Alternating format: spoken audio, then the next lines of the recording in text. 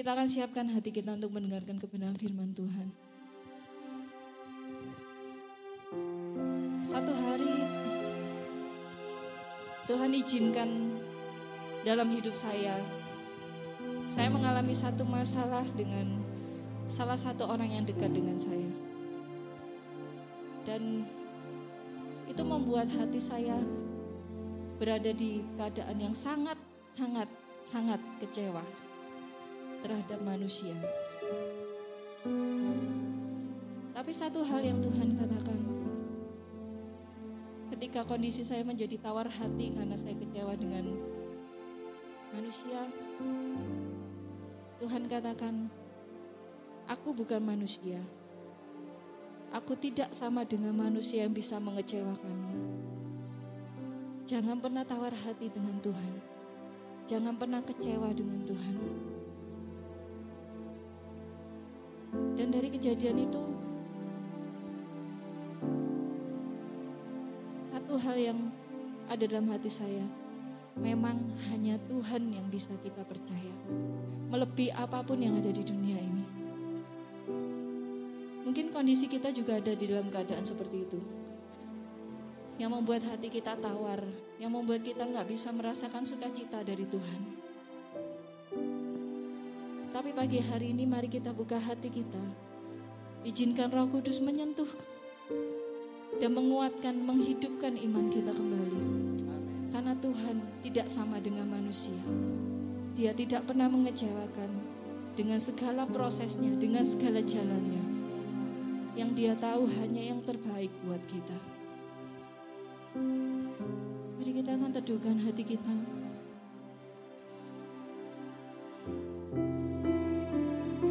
Kami menantikan Kau Tuhan. Kami mau memandang wajah-Mu Tuhan. Mari penuhi hati kami. Mari hidupkan hati kami Tuhan.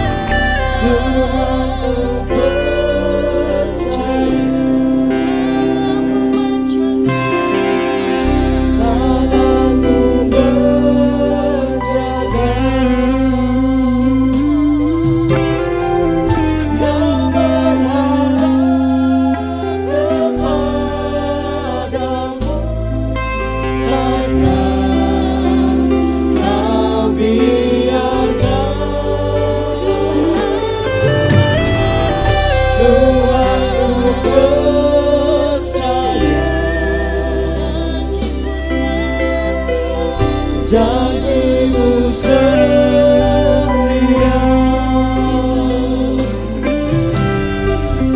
tetap ku hidup bagimu sampai selamanya.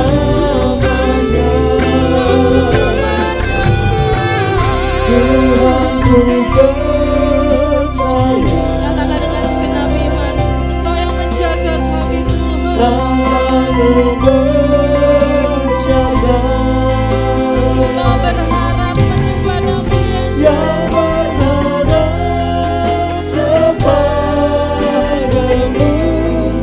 takkan kau biarkan. Ku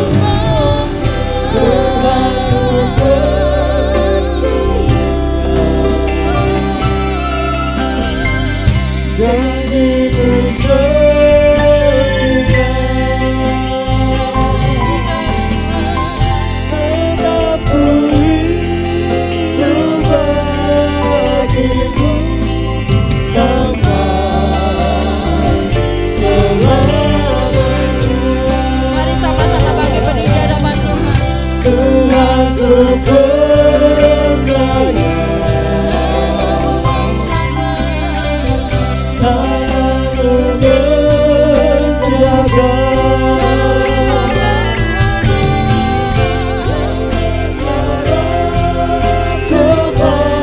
kepadamu, takkan kau biarkan. Tuhan ku percaya, Janjimu setia, janjimu setia, kami mau tetap hidup bagimu Tuhan. tetap ku hidup bagimu sampai selamanya. Tuhan ku percaya, Tuhan ku percaya, tanganmu menjaga, yang berharap kepadamu, takkan kau biarkan. Tuhan ku percaya, haleluya, janjimu setia, tetap ku hidup bagimu sampai selamanya. Tetap ku hidup bagimu Tuhan, tetap ku hidup bagimu, tetap ku hidup bagimu, tetap ku hidup bagimu sampai selamanya.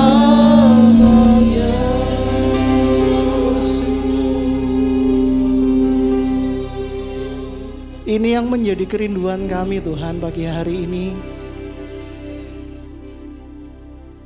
Kami mau tetap hidup untuk Engkau sampai selama-lamanya. Apapun yang terjadi di dalam kehidupan kami, walaupun ada badai besar yang mungkin saat ini sedang menerpa hidup kami Tuhan, tapi kami mau percaya bahwa Engkau Allah yang setia, Allah yang tidak pernah meninggalkan kehidupan kami. Dan kami mau belajar setia kepadamu Tuhan, mempersembahkan hidup kami untuk kemuliaan nama-Mu. Terima kasih Tuhan buat pagi hari ini. Biar Tuhan yang berbicara buat setiap kami secara pribadi. Kami mau siapkan hati kami. Biarlah firman itu boleh masuk di dalam hati kami, tertanam, bertumbuh, berbuah di dalam kehidupan kami. Terima kasih Tuhan, kami mengucap syukur. Di dalam nama Tuhan Yesus Kristus kami berdoa. Haleluya. Amin. Silakan duduk Bapak Ibu. Shalom. Kurang semangat nih kayaknya. Shalom. Puji Tuhan. Hari ini kita masuk ke pembahasan 31 raja dan hari ini kita masuk ke raja ke-31, Raja Hefer, ya. Sebelumnya saya ingin menceritakan sebuah kisah buat Bapak Ibu. Jadi suatu hari ada dua orang sahabat, mereka masih sekolah di bangku SMA. Mereka bersahabat sudah beberapa tahun gitu. Dua orang sahabat ini berasal dari keluarga dengan kondisi ekonomi yang berbeda. Jadi si A ini anak dari seorang yang kaya, sementara si B ini berasal dari keluarga yang pas-pasan, bahkan mungkin bisa dikatakan miskin gitu ya. Waktu mereka sudah menginjak usia 17-18, mereka mulai masuk bangku SMA. Di sekolah mereka mulai banyak teman-teman yang naik motor ke sekolah gitu. Dan si A ini yang anak orang kaya tidak ketinggalan karena dia berasal dari keluarga yang kaya. Di rumahnya ada beberapa motor gitu, bukan hanya satu, tapi karena orang tuanya kaya dia punya beberapa motor di rumahnya buat cadangan gitu ya. Kalau yang motor satu bosan, dia ganti motor yang kedua gitu ya. Bosan lagi ganti motor yang ketiga karena anak orang kaya kan, anak sultan gitu. Tapi sebaliknya si B ini yang dari keluarga miskin ini, dia setiap kali berangkat ke sekolah dia harus naik angkot. Karena memang orang tuanya tidak mampu untuk membelikan sepeda motor. Suatu hari karena mereka sudah dekat gitu, si A berpikir, apa yang bisa saya lakukan untuk menolong teman saya ini, si B ini. Dia berpikir, apa ya harus aku lakukan ya, supaya bisa meringankan beban gitu. Kemudian dia punya ide, ini aja deh, di rumah ini kan ada banyak motor. Saya akan izin orang tua saya, salah satu akan saya pinjamkan kepada teman saya, si B. Jadi supaya si B ini kalau ke sekolah, gak perlu naik angkot lagi, gak perlu oper-oper angkot gitu. Kalau naik motor tinggal beli bensin, mungkin bisa lebih murah gitu. Akhirnya dia izin orang tuanya menyetujui salah satu motor yang kesayangannya dia, si A ini dipinjamkan kepada si B. Nah, si B ini sangat senang gitu waktu dia menerima pinjaman sepeda motor. Dia semakin rajin ke sekolah gitu, semakin rajin belajar di sekolah. Tapi tidak berapa lama dia berpikir seperti ini si B. Aku ini kira-kira ngerepotin si A enggak ya? Aku ini dari keluarga miskin kok kayaknya aku ini selalu ngerepotin nih. Kira-kira apa yang bisa saya lakukan supaya saya enggak ngerepotin si A? Kemudian dia mulai berpikir, dia menggali hobinya dia, kemampuannya dia, apa yang bisa dikembangkan supaya tidak selalu merepotkan. Kemudian dia ingat, aku ini orang yang berani naik motor ngebut. Bagaimana kalau misalnya aku mulai sekarang akan ikut balapan. Aku akan ikut balapan, suatu saat kalau saya menang balapan, saya bisa punya uang sendiri. Saya nggak ngerepotin si A, sahabat saya itu. Nah, dari sini kita lihat bahwa tujuan si B bagus ya. Dia ingin mandiri, dia tidak ingin merepotkan si A. Dia memutuskan bahwa dia akan mulai menekuni hobi balap. Sehingga suatu saat dia bisa menghasilkan uang sendiri, tidak merepotkan si A. Kemudian dia mulai menggeluti hobi itu dengan beberapa rekomendasi dari teman-temannya. Dia mulai dengan sebuah balapan liar gitu. Balapan liar dengan taruhan. Jadi dia ikut balapan malam hari gitu ya, di jalan yang lurus. Siapa yang menang, dia dapat uang taruhan. Nah, dia mulai terlibat dalam dunia seperti itu. Sekali, dua kali dia menang gitu. Karena memang dia jago balap yang pertama. Kedua, dia dapat kepercayaan motor yang bagus. Dia dipinjemin sama si A motor yang bagus. Dan dia mulai dapat uang. Dia mulai seneng gitu ya. Wah, puji Tuhan saya dapat uang. Dia mulai bisa menabung. Dia mulai merakit motornya gitu. Dan motornya mulai dikasih variasi gitu ya, dimodif-modif. Karburatornya diperbesar gitu kan. Pokoknya semuanya mulai dimodif. Nah si A ini yang nggak tahu ceritanya bingung gitu. Kok motorku jadi berubah gitu. Tapi si A diem aja. Sampai suatu hari waktu sedang ikut balapan keberapa kalinya, si B ini mengalami kecelakaan. Dia motornya nabrak, dia jatuh, motornya rusak parah. Si B harus masuk ke rumah sakit. Waktu si A tahu bahwa temennya ini kecelakaan, masuk rumah sakit karena tabrakan, karena ikut balapan liar. Si A ini marah. Dia marah bukan main, dia sangat marah kepada si B. Nah, ceritanya saya hentikan sampai sini. Saya mau tanya kepada Bapak Ibu, kira-kira si A marah kepada si B, kenapa? Apa alasannya si A bisa marah ke si B? Ada yang punya pendapat? Kenapa si A marah kepada si B? Kenapa? Karena motornya berubah. Oh, oke. Karena motornya berubah. Mungkin karena si A tidak rela motornya dimodifikasi. Oke. Ada lagi mungkin? Kenapa si A marah kepada si B? Ada pendapat? Karena motornya rusak? Kenapa? Saya percaya si A marah kepada si B bukan karena motornya rusak. Karena toh di rumahnya juga banyak motor kan? Ya kan? Dia punya banyak motor dan itu bukan motor satu-satunya. Dia punya banyak motor di rumah. Kalau satu rusak pun seharusnya dia tidak begitu marah. Kalau motornya dimodif, oke, mungkin si A merasa janggal gitu ya, motornya dimodif. Tapi mungkin itu tidak terlalu membuat dia marah ya. Bukankah kalau dimodif kadang juga lebih bagus gitu. Jadi ternyata si A ini marah kepada si B karena si B ini menyalahgunakan kepercayaan. Menyalahgunakan kepercayaan. Si A meminjamkan motor ke si B supaya si B bisa ke sekolah dengan lebih baik. Bisa menghemat biaya. Tujuannya seperti itu. Tapi si B menyalahgunakan kepercayaan dengan dibuat balapan. Si B mengambil sebuah pilihan dalam tanda kutip yang egois. Apa itu pilihan egois? Pilihan egois itu pilihan yang diambil oleh seseorang tanpa dia melibatkan orang yang memiliki wewenang. Harusnya kalau si B mau balapan, dia harus izin dulu dong sama si A yang punya motor, ya kan?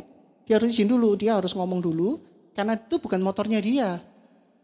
Tapi dia memutuskan saya akan menggunakan motor untuk balapan. Dia memutuskan tanpa izin sama yang punya motor. Itu dikatakan pilihan yang egois. Tidak melibatkan yang punya wewenang. Nah mungkin cerita ini waktu kita dengar, wah iya si B ini si B ini tidak sopan ini ya. Si B ini dalam tanda kutip kurang ajar ya. Dia tuh mengambil keputusan, tidak melibatkan si A gitu. Mungkin kita bisa berpikir seperti itu ya. Tapi sadarkah kita seringkali kita pun juga berlaku sama seperti si B. Sadarkah kita waktu kita ada di dunia ini, kita diberikan sebuah kepercayaan yang luar biasa oleh Tuhan. Kita diberikan sebuah kehidupan untuk kita atur, untuk kita kelola dengan baik. Tapi seberapa banyak kita hari-hari ini mengambil keputusan yang egois. Keputusan yang kita ambil keputusan itu dan kita tidak mempertanyakan kepada Tuhan. Tuhan aku boleh seperti ini enggak? Tuhan aku boleh seperti ini enggak? Seolah-olah waktu kita mengambil keputusan, kita sendirilah yang bertanggung jawab atas seluruh hidup kita. Dan hari ini kita akan belajar dari Raja ke-18, Raja Hefer. Hefer artinya pilihan yang egois. Kita akan belajar bagaimana seringkali kita sebagai anak Tuhan, kita mengambil keputusan-keputusan yang tidak kita pertanyakan kepada Tuhan. Saya mau tekankan bahwa hidup yang kita hidupi sekarang, itu bukan hidup yang diberikan oleh Tuhan, tapi hidup yang dipercayakan oleh Tuhan. Waktu kita nanti mati, roh kita akan kembali kepada Tuhan, kepada pencipta kita. Artinya waktu kita hidup sekarang, waktu kita bisa makan, waktu kita bisa bekerja, waktu kita bisa beraktivitas, dimanapun kita bisa naik motor. Percayalah bahwa itu adalah sebuah kepercayaan yang Tuhan berikan. Dan kepercayaan itu harus dipertanggungjawabkan. Kita tidak bisa menggunakan hidup kita seenaknya, seolah-olah kita menjadi tuan atas hidup kita. Tidak bisa seperti itu. Karena suatu saat hidup kita itu harus dipertanggungjawabkan di hadapan Tuhan. Dan dimulai dari sebuah pilihan-pilihan yang kita ambil setiap hari. Apakah pilihan-pilihan yang kita ambil itu sesuai dengan kehendak Tuhan atau tidak? Dosa itu bukan berarti kita melanggar firman Tuhan. Bukan hanya seperti itu. Dosa bukan hanya waktu kita menyakiti orang lain, bukan. Dosa itu konteksnya luas. Salah satunya adalah waktu hidup kita tidak sesuai dengan apa yang Tuhan inginkan. Tuhan ingin kita melakukan A itu. Tapi karena pilihan-pilihan kita yang egois gitu, kita melenceng, kita melakukan B. Itu pun dosa. Salah satu maknanya adalah tidak tepat sasaran. Seperti anak panah yang ditembakkan dengan yang Pak Gembala pernah sampaikan, seperti anak panah yang ditembakkan ke satu sasaran, harusnya pas di sasaran itu, tapi kita mulai melenceng. Itu dosa. Jadi hari ini kita akan sama-sama belajar bagaimana kita akan mengalahkan Raja Hefer di dalam kehidupan kita. Amin. Sebelumnya kita akan belajar sama-sama apa sih bahayanya Raja Hefer ini. Kenapa kok kita harus mengalahkan Raja Hefer gitu? Apa sih bahayanya? Kita akan buka sama-sama di Alkitab kita di Yunus. Kita akan sama-sama belajar pagi hari ini dari tokoh Yunus.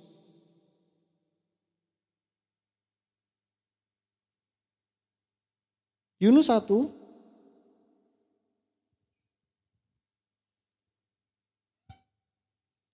Yunus 1 ayat 1 sampai 17. Saya percaya Bapak Ibu sering membaca ya, sering membaca kisah ini, kita sering mendengar khotbah tentang Yunus. Jadi saya tidak akan membaca semuanya, saya akan ambil beberapa ayat yang penting. Tapi saya akan menceritakan mengapa sih kisah Yunus ini diangkat gitu. Yunus ini seorang nabi yang luar biasa itu ya. Di perjanjian lama itu kalau nabi diperintah Tuhan itu mereka nurut, taat gitu. Tapi Yunus ini salah satu nabi yang berani gitu sama Tuhan, berani luar biasa nih. Dikasih perintah, dia bukan taat, malah dia melarikan diri. Bukan hanya dia memberontak, tapi dia seolah-olah tuh ingin memberontak tuh dia menunjukkan kepada Tuhan, aku bisa melakukan sesuatu yang tidak Tuhan inginkan gitu. Ini luar biasa nih Yunus nih. Dan kita akan lihat nanti bagaimana dia mengalami perubahan di dalam kehidupannya. Kita akan belajar dari ayat, yang pertama kita akan baca ayat 3. Ini kisahnya dia waktu dia diberikan perintah oleh Tuhan untuk pergi ke Niniwe, kota yang besar, untuk menyerukan pertobatan. Yang dilakukan Yunus di ayat ketiga adalah, tetapi Yunus bersiap untuk melarikan diri ke Tarsis, jauh dari hadapan Tuhan. Ia pergi ke Yafo dan mendapat di sana sebuah kapal yang akan berangkat ke Tarsis. Ia membayar biaya perjalanannya lalu naik kapal itu untuk berlayar bersama-sama dengan mereka ke Tarsis, jauh dari hadapan Tuhan. Jadi yang pertama kita belajar apa sih bahayanya Raja Hefer ini dalam kehidupan kita. Yang pertama adalah Raja Hefer itu pilihan egois itu membuat kita tuh jauh dari hadapan Tuhan. Membuat kita jauh dari Tuhan.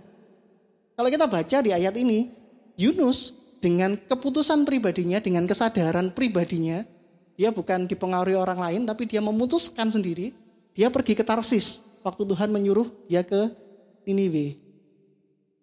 Kota Tarsis itu kalau dari Israel, kalau kita baca artikel, kita baca tafsiran, jaraknya sekitar 4.000 km dari Israel. Jadi kalau saya rumah di Buring, saya kerja di Adiputro, di daerah Arjosari.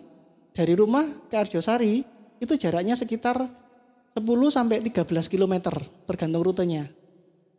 Nah, dari Buring ke Arjosari katanya orang tuh sudah jauh, katanya tuh. Kalau saya berangkat kerja tuh kan, ditanya rumahnya di mana? Di Buring. Oh jauh sekali ya di Buring gitu.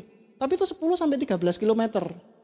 Nah, yang dilakukan Yunus, dia ingin pergi ke Tarsis yang 4.000 km.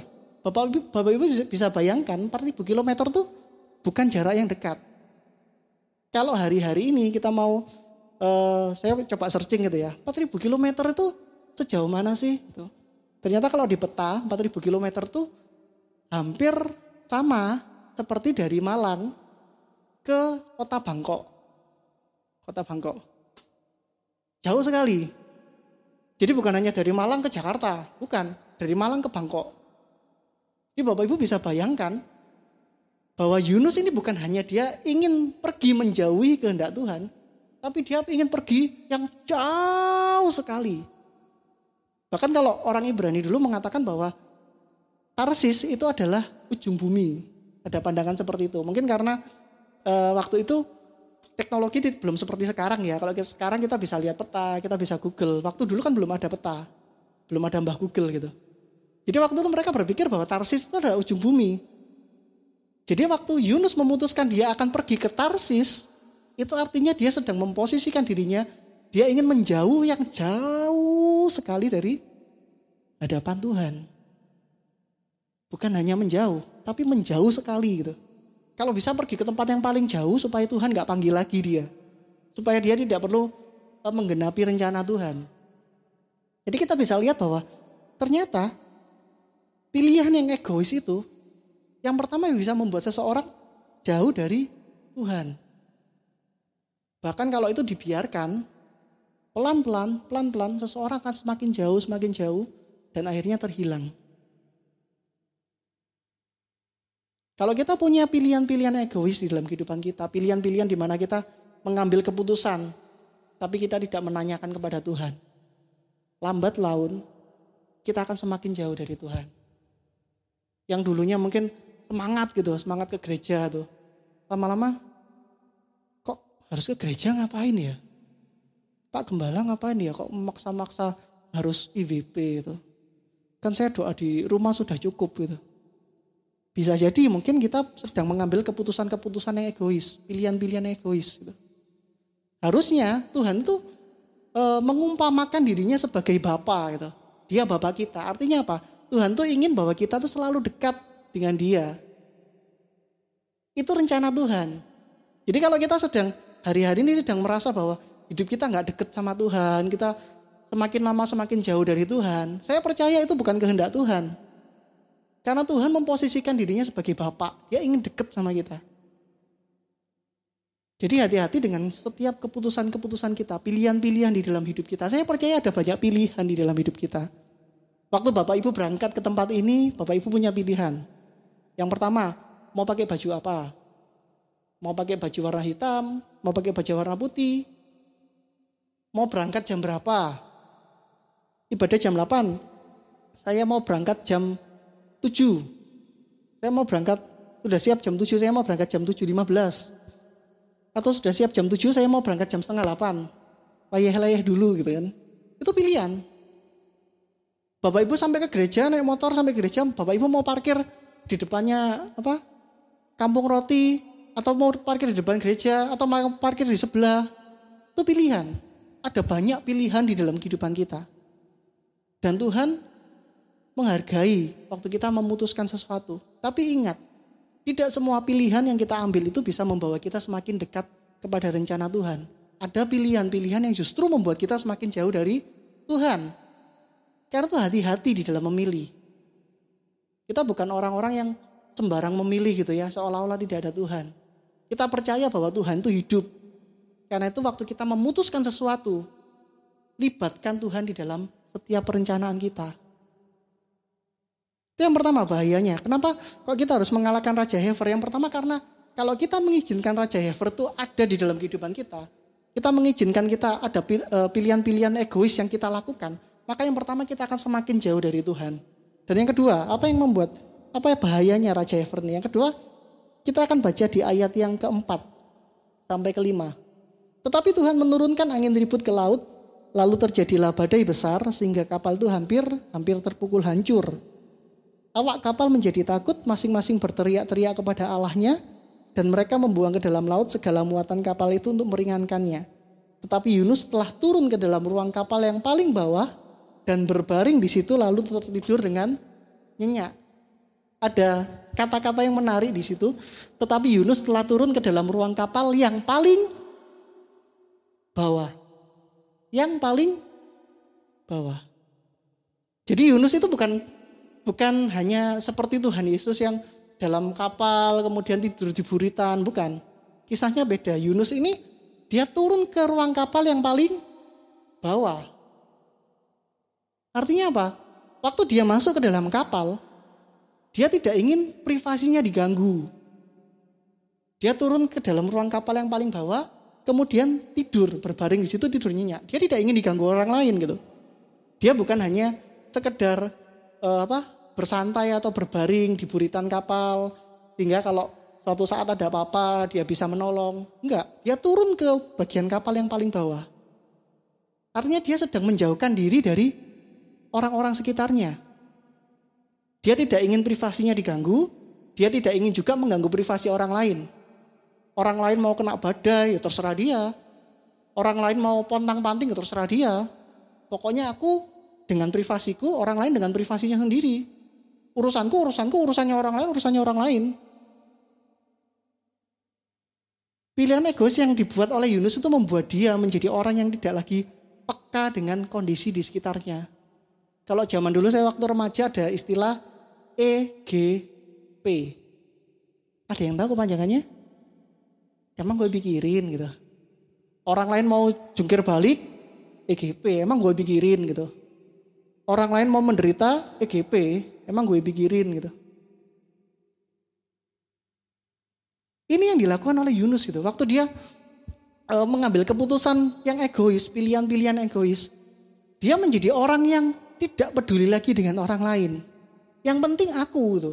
Yang penting privasiku. Aku tidak mau diganggu. Dan aku tidak mau membantu orang lain. Aku tidak mau mengganggu privasinya orang lain.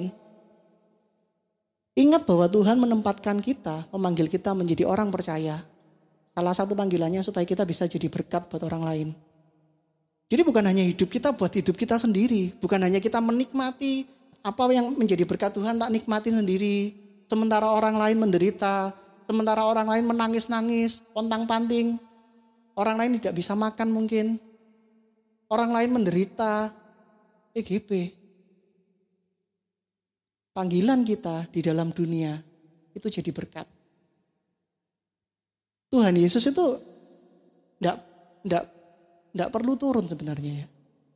Enggak punya banyak alasan untuk turun ke dunia, menderita. Toh dia Allah gitu kan. Kalau Tuhan itu dalam tanda kutip gitu ya. Kalau Tuhan tuh agak kejam gitu. Dia lihat dunia yang penuh dengan dosa itu. Kan bisa Tuhan tuh menghancurkan, diciptakan lagi dunia baru, beres gitu. Tapi dia Tuhan pencipta, dia harus turun ke dalam dunia karena kasih. Karena dia mengasihi orang lain. Pertanyaannya kita sekarang sebagai anak Tuhan, orang percaya kita mengaku bahwa Tuhan adalah Bapa kita. Tapi seringkali kita tidak bisa mengasihi orang lain. Seringkali kita EGP dengan orang lain. Seringkali kita harus melihat orang lain menderita dan kita merasa itu bukan bagian saya untuk menolong. Salah satu contoh yang simpel gitu ya. Berapa waktu yang lalu saya melihat sebuah kecelakaan hebat di jalan raya. Dan banyak orang yang mengerumuni gitu. Bapak Ibu tahu apa yang mereka lakukan orang-orang yang mengerumuni itu? Kira-kira apa yang mereka lakukan? Bapak Ibu tahu enggak?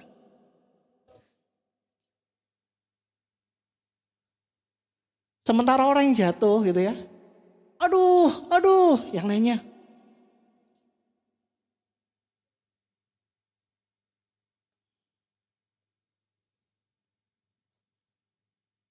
Mungkin orang-orang itu berpikir bahwa bukan bagiannya dia menolong. Nanti ada yang nolong kok. Banyak juga orang yang motor gitu kan. Kadang kalau ada kecelakaan di jalan tuh saya agak jengkel tuh bukan sama yang kecelakaan. Kalau yang kecelakaan kasihan lah ya. Yang jengkel tuh sama orang-orang yang naik motor itu loh. Naik motor lagi kenceng tiba-tiba ngerem tengah jalan, dipelankan sambil lihat, ada apa sih itu kan. Yang di belakangnya ini loh. Yang di belakangnya yang naik motor harus ngerem juga gitu kan. Akhirnya ngapain sih orang-orang ngerem, ternyata ngeliatin orang kecelakaan gitu loh. Tapi gak nolong, jalan lagi. Kita tahu bahwa dunia sekitar kita sedang banyak orang yang EGP. Banyak orang yang emang gue pikirin privacy gitu ya, alasan privacy.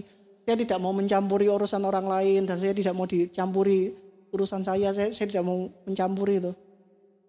Bapak Ibu saya mau sampaikan hari ini dengan kasih bahwa setiap kita dipanggil untuk menjadi berkat. Amin. Karena itu jangan sampai pilihan-pilihan di dalam kehidupan kita itu membuat kita terfokus pada diri kita sendiri. Jangan sampai waktu kita memilih sebuah pilihan, seolah semuanya harus kepada saya. Semuanya kepada saya. Semuanya kepada saya. Itu. Saya pernah bertemu dengan seseorang yang kemana-mana itu selalu menceritakan, aku tuh seperti ini loh. Kamu bisa tolong aku enggak? Kamu bisa tolong aku enggak? Nanti ke orang lain, kamu bisa tolong aku enggak? Kamu bisa tolong aku enggak? Sebenarnya panggilan kita menjadi berkat. Bukan hanya kita menerima berkat, tapi kita menjadi berkat. Jadi waspada dengan Raja Hefer dalam kehidupan kita. Yang pertama tadi, Raja Hefer itu bisa membuat kita jauh dari Tuhan. Yang kedua, Raja Hefer itu bisa membuat kita kehilangan kepedulian kepada orang lain. Hati-hati. Dan yang ketiga, di ayat 12 dikatakan bahwa sahutnya kepada mereka, angkatlah aku, campakkanlah aku ke dalam laut, maka laut akan menjadi reda dan tidak menyerang kamu lagi. Sebab aku tahu bahwa karena akulah badai besar ini menyerang kamu. Ini waktu dia udah tidak ada jalan keluar gitu kan. Kemudian orang-orang bertanya, apa yang harus kami lakukan? Kemudian si Yunus ini mengatakan, angkatlah aku. Kemudian campakkan aku dalam laut. Gitu. Hal ini menarik, kata-kata ini menarik. Kenapa menarik? Karena kalau kita baca di ayat sebelumnya, di ayat 9, Yunus itu mengatakan seperti ini di ayat 9. Sahutnya kepada mereka, aku seorang Ibrani, aku takut akan Tuhan, Allah yang empunya langit, yang telah menjadikan lautan dan daratan. Dia mengatakan, aku itu orang yang takut akan Tuhan. Tuhan Allah yang empunya langit, yang menjadikan lautan dan daratan. Jadi seolah-olah ayat 9 dan ayat ke-12 ini seolah-olah bertolak belakang. Di ayat 9 dia mengatakan, aku tuh takut kepada Allah yang hidup, gitu kan, Allah yang besar, menciptakan lautan dan daratan. Tetapi di ayat ke-12 kita melihat bahwa di saat itu dia mulai putus asa. Dia menyadari bahwa dia salah dan dia mengatakan kepada orang-orang, lemparkan aku ke dalam laut. Kalau saya jadi Yunus mungkin ya, ini saya berandai-andai ya. Kalau saya jadi Yunus, waktu saya di ayat 9 mengatakan, saya takut kepada Tuhan yang menciptakan lautan dan daratan. Seharusnya di ayat 12 dia akan mengatakan, saya akan mencoba berdoa kepada Tuhan. Siapa tahu Tuhan yang menciptakan lautan dan daratan itu, yang menguasai badai itu, siapa tahu akan mengampuni kita. Harusnya seperti itu ya, kalau dia percaya bahwa Tuhan Allah itu menciptakan lautan dan daratan. Tapi enggak, di ayat 12 itu dia mengatakan, campakkan aku ke dalam lautan. Dia ingin ambil jalan pintas. Dia ingin semuanya segera balik normal. Shortcut gitu kan. Apa yang terjadi? Ya wes, aku ingin mengakhiri, campakkan aku dalam lautan gitu. Saya pernah melihat sebuah ilustrasi tentang kisah Yunus gitu ya. Waktu dia dimasukkan ke dalam laut gitu. Blung gitu. Ini film kartun ya Bapak Ibu. Ini hanya ilustrasi. Waktu dia masukkan ke dalam laut gitu. Kemudian Yunus tuh mulai tenggelam gitu. Ada lampu dari atasnya menyorot ke dia itu. Jadi kelihatan gitu. Kemudian dia Yunus mulai tenggelam gitu. Dengan wajah pasrah. Kemudian ada ikan besar yang memakan dia itu. Saya lihat, seperti itu ya Yunus itu ya. Turun gitu, terus ada sinarnya gitu, dimakan ikan. Ternyata bukan seperti itu gambarannya Bapak Ibu. Jadi Yunus itu turun tuh bukan seperti film Titanic gitu ya. Kalau film Titanic itu terjadi waktu kapal Titanic itu waktu lautannya tenang gitu kan. Ada lautan es gitu kan. Kemudian kapalnya menabrak. Itu terjadi di lautan yang sangat tenang. Waktu kapal Titanic tenggelam itu. Tapi waktu Yunus ini, itu terjadi di dalam suasana sedang badai yang besar. Badai yang mengamuk sampai awak kapal yang sering bepergian, mereka sudah sering melaut, mereka itu ketakutan. Kenapa kok mereka ketakutan? Karena memang waktu peristiwa ini terjadi, itu sebenarnya bukan waktunya terjadi badai besar. Bukan masanya terjadi angin besar. Jadi waktu itu ada musim-musimnya gitu. Mereka tahu musim-musimnya di mana ada angin besar, mereka nggak boleh berlayar. Tapi di mana tidak ada angin besar, mereka boleh berlayar. Nah, waktu peristiwa Yunus terjadi, itu sebenarnya bukan musimnya angin besar.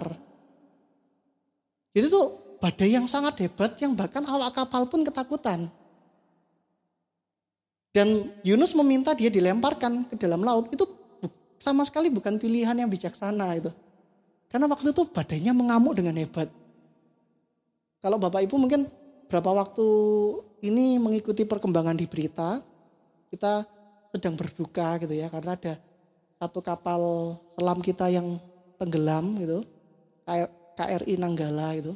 Waktu saya coba ikutin beritanya, ada beberapa hal menarik yang bisa saya pelajari. Yang pertama adalah tentang tekanan hidrostatik. Saya baru belajar nih beberapa waktu terakhir. Waktu saya baca beritanya KRI Nanggala itu. Ternyata di dalam lautan, waktu kita turun menyelam 10 meter ke bawah, ada tekanan hidrostatik, ada tekanan di dalam laut yang menekan benda-benda itu meningkat sebanyak 1 atmosfer, 1 atm. Semakin kita menyelam lebih dalam lagi, itu akan bertambah lagi tekanannya. Nah yang kemarin kapal selam Nanggala itu informasinya memang masih simpang siur. Ada yang mengatakan karena dia turun terlalu dalam, dia kapasitasnya hanya 250 sampai 300 meter di bawah permukaan laut. Tapi dia turun sampai 600 meter di bawah permukaan laut gitu. Ada juga yang mengatakan bahwa itu mungkin terjadi kerusakan di baterainya gitu. Ada yang ngomong, oh itu mungkin terjadi keretakan di bagian badannya itu. Dan sampai saat ini memang kabarnya belum pasti gitu ya. Kita masih menunggu informasi, tapi beberapa waktu terakhir mungkin Bapak Ibu mengikuti, kita sedang berduka, Indonesia sedang berduka. Nah, sama seperti itu gitu kan. Waktu seseorang jatuh ke dalam laut gitu, itu tidak ada harapan dia bisa hidup gitu. Yunus ini minta dia dilemparkan ke dalam laut, bukan diturunkan baik-baik di dalam sekoci gitu, bukan. Dia minta dilemparkan, dan itu tidak ada harapan untuk hidup. Karena ombak yang sangat ganas, dan kondisi laut yang gelap waktu itu, tidak ada harapan untuk hidup. Tapi dia memutuskan, lemparkan aku ke dalam laut. Aku merasa bersalah, aku yang harus menanggung, biar aku dilempar ke dalam laut, biar aku mati, semuanya selesai. Apa sih bahayanya Raja Yefre yang ketiga? Seperti Yunus waktu dia mengambil pilihan egois. Yang ketiga dia kehilangan harapan di dalam Tuhan. Dia tidak lagi berharap kepada Tuhan di masa-masa yang sulit. Di masa badai besar datang, dia tidak lagi berharap sama Tuhan. Tapi dia putus asa, dia ingin segera mengakhiri kisahnya dia. Hati-hati. Waktu kita salah mengambil keputusan, maka kita akan bisa sampai pada tahap kita kehilangan pengharapan di dalam Tuhan. Makanya firman pujian tadi memberkati kita ya. Ada satu pujian tadi, takkan ku izinkan ketakutan, karena imanku dalam Yesus Tuhan. Tak ada alasan tawar hati. Tawar hati itu hal yang bahaya itu. Waktu kita mulai tawar hati, kelanjutannya adalah kita kehilangan pengharapan. Jadi Raja Yefre ini raja yang sangat berbahaya tuh ya. Hati-hati. Saya mengingatkan dengan kasih Bapak Ibu, ayo setiap kita mengambil keputusan, tanya Tuhan. Jangan sampai keputusan yang kita buat itu membuat kita jauh dari Tuhan. Jangan sampai keputusan yang kita buat itu membuat kita kehilangan kepekaan, kepedulian terhadap orang lain. Jangan sampai keputusan yang kita buat itu membuat kita kehilangan pengharapan di dalam Tuhan. Banyak orang mulai putus asa akhir-akhir ini. Banyak orang yang mulai meragukan kuasa Tuhan. Katanya Tuhan itu berkuasa tuh. Tapi gimana? Tuhan gak menolong sampai saat ini. Bukan Tuhan yang gak menolong. Tapi seringkali manusia yang ngambil keputusan yang salah. Keputusan yang egois. Pilihan-pilihan yang salah tidak sesuai kehendak Tuhan. Ada orang yang berkeluh kesah itu. Waduh, pekerjaan saya sekarang sulit. Saya tidak bisa membayar cicilan motor. Bapak Ibu tahu hidupannya itu.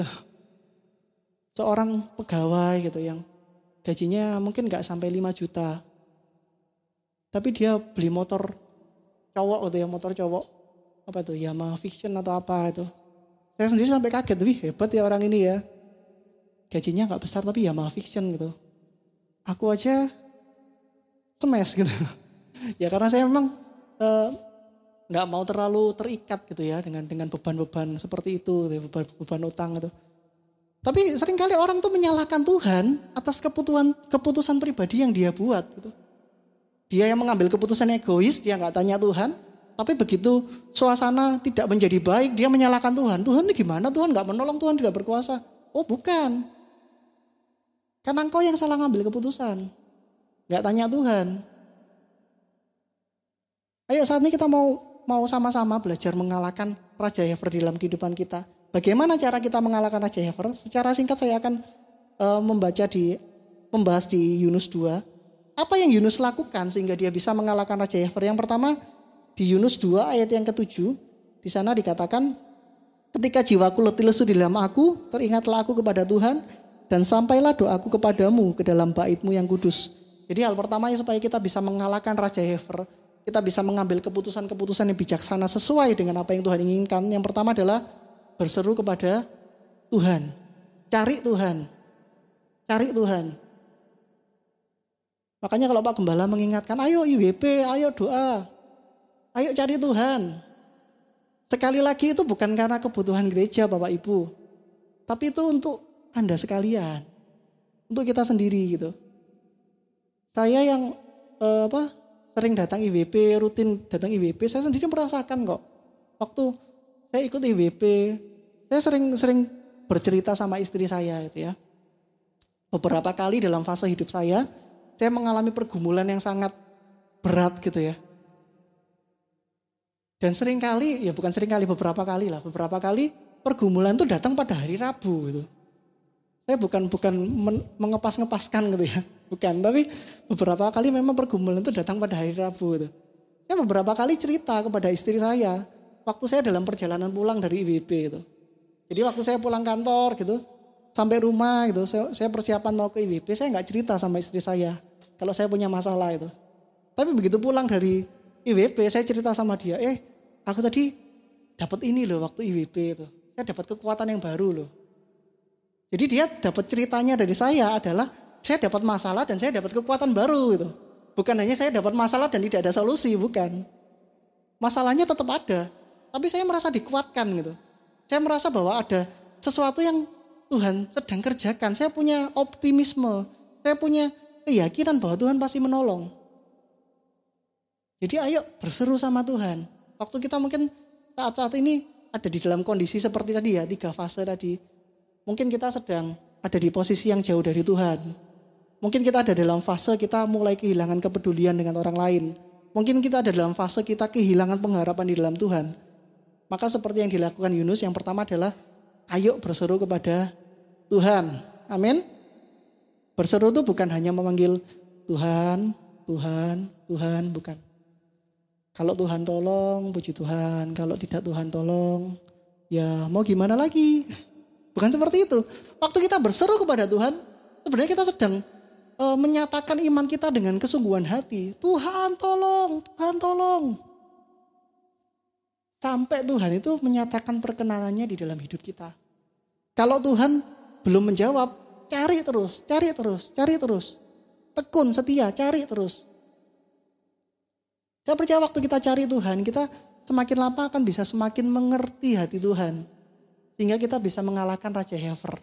Yang pertama, yang kedua, kita mau belajar bersyukur. Di ayat 9 tuh Yunus mengatakan, tetapi aku dengan ucapan syukur akan kupersembahkan korban kepadamu. Dengan ucapan syukur. Yang kedua, kalau kita mau mengalahkan Raja Hefer, kita harus mau belajar untuk bersyukur. Bersyukur. Bersyukur itu artinya menerima rencana Tuhan, bahwa rencana Tuhan itu pasti yang terbaik. Rencana Tuhan itu bukan hanya baik, tapi rencana Tuhan itu terbaik, paling pas. Dan waktu kita bisa mengucap syukur atas rencana Tuhan yang terbaik di dalam kehidupan kita, maka kita dimampukan untuk tidak membanding-bandingkan diri kita dengan orang lain. Si A itu loh sudah punya mobil, kamu gimana? Aku belum punya mobil. Si A itu loh sudah punya NMAX gitu kan. si A sudah punya Nmax, kamu gimana itu? Membanding-bandingkan. Enggak. Rencana Tuhan itu yang terbaik. Kalau kita saat ini mungkin dipercaya berkat yang mungkin waktu kita bandingkan dengan orang lain sepertinya berkat kita kecil. Percayalah bahwa itu rancangan yang terbaik. Tidak perlu iri dengan orang lain. Karena Tuhan itu pasti kasih berkat yang berbeda. Berkat Tuhan itu yang terbaik buat kita. Pas. Ada orang yang gak punya mobil. Tapi keluarganya rukun. Ada orang yang gak punya rumah.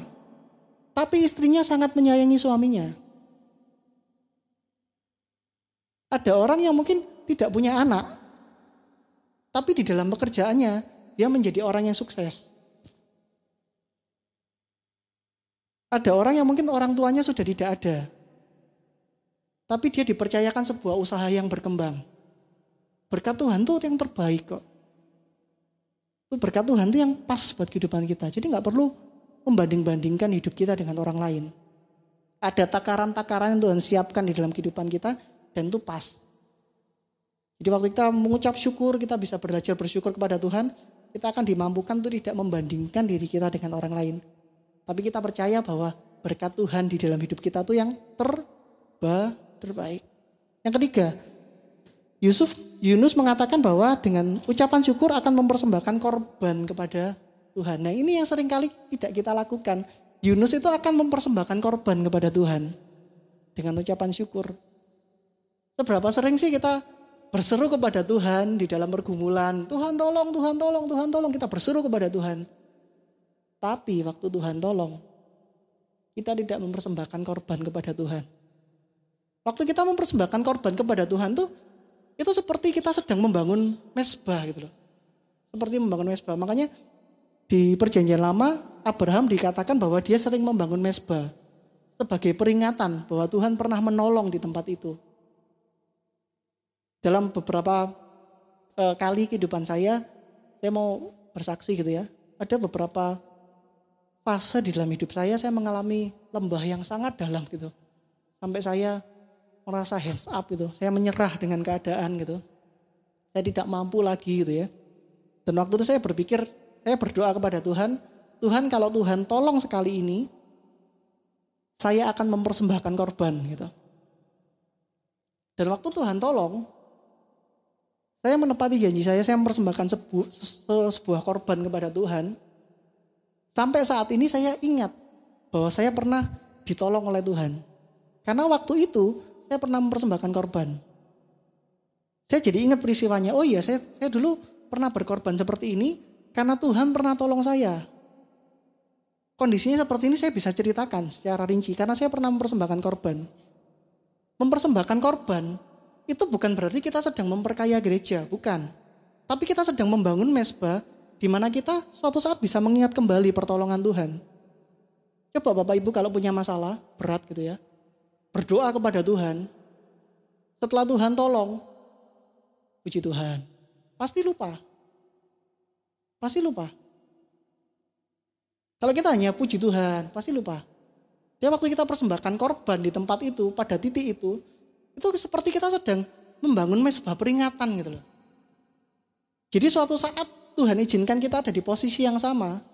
Kita tidak mengambil pilihan yang egois, tapi kita ingat bahwa Tuhan pernah menolong. Sekarang pun Tuhan akan tolong saya. Mungkin ini mungkin bukan hal yang sering disampaikan, tapi saya mau sampaikan kepada Bapak Ibu sekalian, kalau kita ingin mengalahkan Raja Hefer, pilihan-pilihan egois, bangun mezbahmu. Di tempat mana Tuhan tolong, persembahkan korban. Kenapa kok persembahannya Daud yang minggu lalu ya disampaikan Pak Gembala? Antara Raja Salomo dan Daud. Daud pada perjalanan kedua membawa mezbah itu. Kenapa kok perjalanannya diberkati Tuhan gitu? Karena dia setiap kali 6 langkah dia mempersembahkan korban gitu.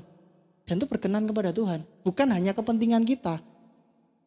Bukan hanya kepentingan gereja. Tapi waktu kita mempersembahkan korban itu kita seperti sedang membangun mezbah. Mezbah peringatan gitu loh. Sehingga kita akan selalu ingat bahwa Tuhan pernah menolong. Kita akan ingat Tuhan pernah menolong. Kita mau dibawa ke lembah sedalam apapun, kita ingat Tuhan pernah menolong. Tuhan pernah menolong, Tuhan pernah menolong. Sehingga keputusan yang kita ambil fokusnya kepada Tuhan, bukan kepada kita. Jadi mari kita sama-sama belajar hari ini menaklukkan Raja Hefer di dalam kehidupan kita. Yang pertama tadi, bagaimana caranya? Yang pertama berseru kepada Tuhan. Ayo cari Tuhan.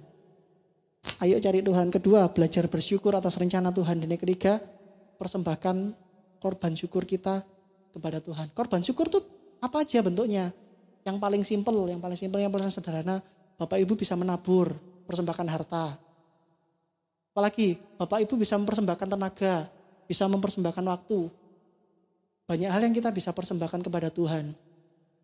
Ayo setiap kali kita dilepaskan dari pergumulan, belajar mempersembahkan korban.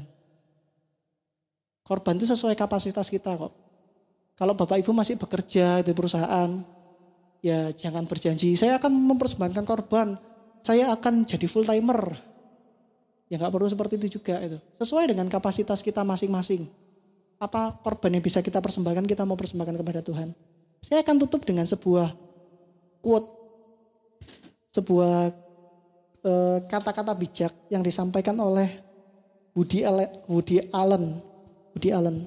Siapa Woody Allen ini? Woody Allen ini seorang aktor dan dia seorang pembuat film. Saya bisa undang singer maju ke depan. Woody Allen pernah mengatakan seperti ini.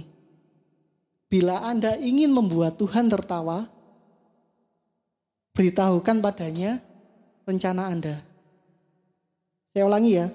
Bila Anda ingin membuat Tuhan tertawa, beritahukan padanya rencana Anda. Sebuah quote yang sangat dalam. Karena Tuhan sebenarnya tahu rencana kita. Tuhan bukan hanya tahu rencana, Tuhan tuh tahu peta kehidupan kita. Mau jadi apa kita, Tuhan tahu. Jadi sebenarnya bukan kita yang harus memberitahukan rencana kita kepada Tuhan. Tapi harusnya kita yang cari tahu apa kehendak Tuhan di dalam hidup kita. Karena Tuhan sudah tahu semua rencana kita. Sebelum kita ngomong, Tuhan sudah tahu. Bahkan waktu nanti kita berapa tahun ke depan, Tuhan tahu peta kehidupan kita. Jadi waktu kita menyampaikan rencana kita kepada Tuhan, itu seperti anak saya yang umur 6 tahun ngomong kepada saya, "Pa, ternyata bumi itu bulat." Seperti anak kecil mengatakan kepada orang tuanya, "Pa, bumi itu bulat." Saya mungkin hanya tersenyum gitu kan. Karena saya tahu itu. Saya pernah belajar itu puluhan tahun yang lalu. Sama seperti anak kecil mengatakan, "Pa, kalau pagi ada matahari, kalau malam ada bulan." Mungkin buat dia itu sesuatu yang baru gitu. Tapi buat saya sudah mengerti. Saya sudah paham, saya sudah tahu. Waktu kamu mengatakan seperti itu bukan sesuatu yang baru buat saya. Saya tahu. Bahkan saya tahu lebih banyak dari kamu. Bapak itu seperti itu. Waktu kita menyampaikan, Tuhan aku pengen seperti ini, tahun depan aku seperti ini, aku pengen seperti ini, Tuhan seperti ini. 5 tahun lagi aku akan gini, 10 tahun lagi aku akan gini. Saya mau sampaikan bahwa membuat rencana itu penting. Tapi ingat bahwa Tuhan itu tahu peta kehidupan kita. Bukan hanya 5 tahun ke depan, bahkan seumur hidup kita, Tuhan tahu peta kehidupan kita. Waktu kita ingin mengatur Tuhan dengan rencana kita, maka sebenarnya kita sedang membuat Tuhan itu tertawa. Tuhan tahu kok kehidupan kita. Yang penting itu bukan menyampaikan rencana, tapi yang penting adalah mencari tahu rencana Tuhan di dalam hidup kita. Amin. Saya berdoa kiranya setiap kita yang mendengarkan firman Tuhan hari ini mau mengalahkan Raja Hefer di dalam kehidupan kita. Hidup yang Tuhan berikan itu kepercayaan. Suatu saat itu akan dipertanggungjawabkan di hadapan Tuhan. Karena itu ambillah pilihan-pilihan yang bijaksana. Ambillah pilihan-pilihan yang sesuai dengan kehendak Tuhan. Agar hidup kita pun bisa menggenapi rencana Tuhan. Amin. Waktu kita menggenapi rencana Tuhan, waktu kita berjalan di dalam rencana Tuhan. Mungkin untuk sementara waktu kondisinya tidak baik. menurut pandangan kita. Mungkin sementara waktu Tuhan izinkan kita melewati lembah-lembah. Tapi percayalah waktu kita berjalan di dalam rencana Tuhan, maka akhirnya kita akan mengalami kemenangan bersama Tuhan. Hidup yang sesuai, tepat menggenapi rencana Tuhan. Mari libatkan Tuhan di dalam setiap perencanaan hidup kita. Dia Allah yang hidup. Dia Allah yang bergaul erat dengan kita. Dia Allah yang mau memimpin kita, menuntun kita di jalan yang benar. Karena itu libatkan Tuhan di dalam setiap aspek hidup kita. Sampai rencana Tuhan digenapi dengan sempurna. Hidup kita tepat menggenapi rencana Tuhan.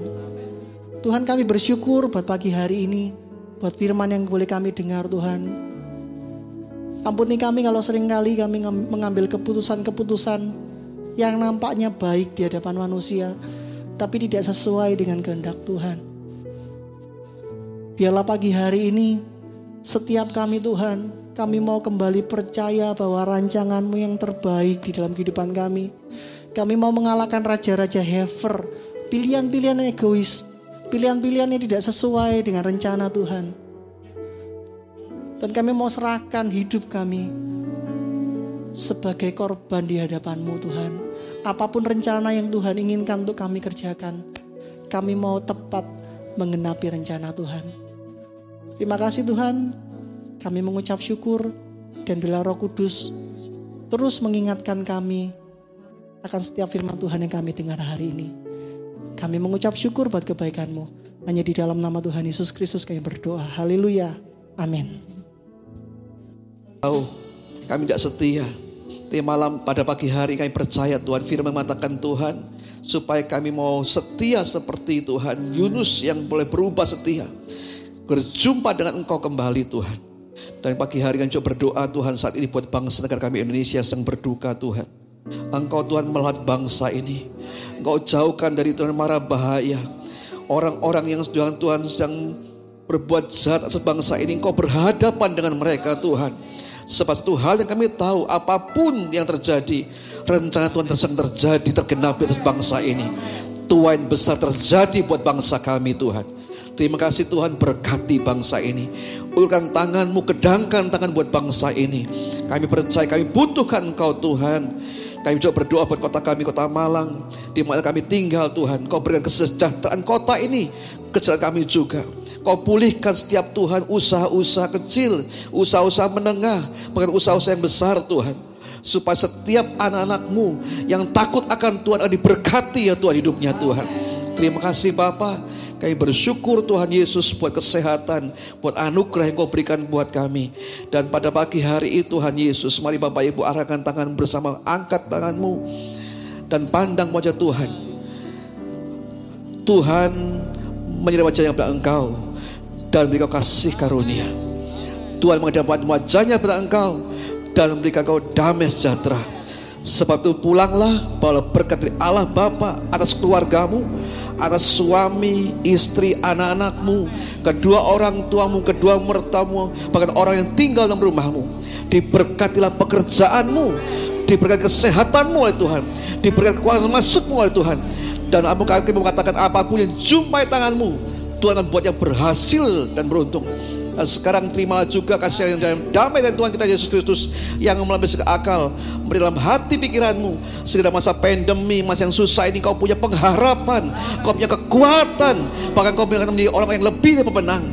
Dan penyertaan tuntunan khusus akan menyertai semuanya mulai pagi hari ini sampai Maranatha Tuhan dan kedua. Mari yang percaya sama-sama katakan amin. Selamat pagi Bapak Ibu, Tuhan Yesus berkati. Sampai berjumpa Rabu nanti. Saya undang jemaat bisa hadir doa pengurapan. Terima kasih.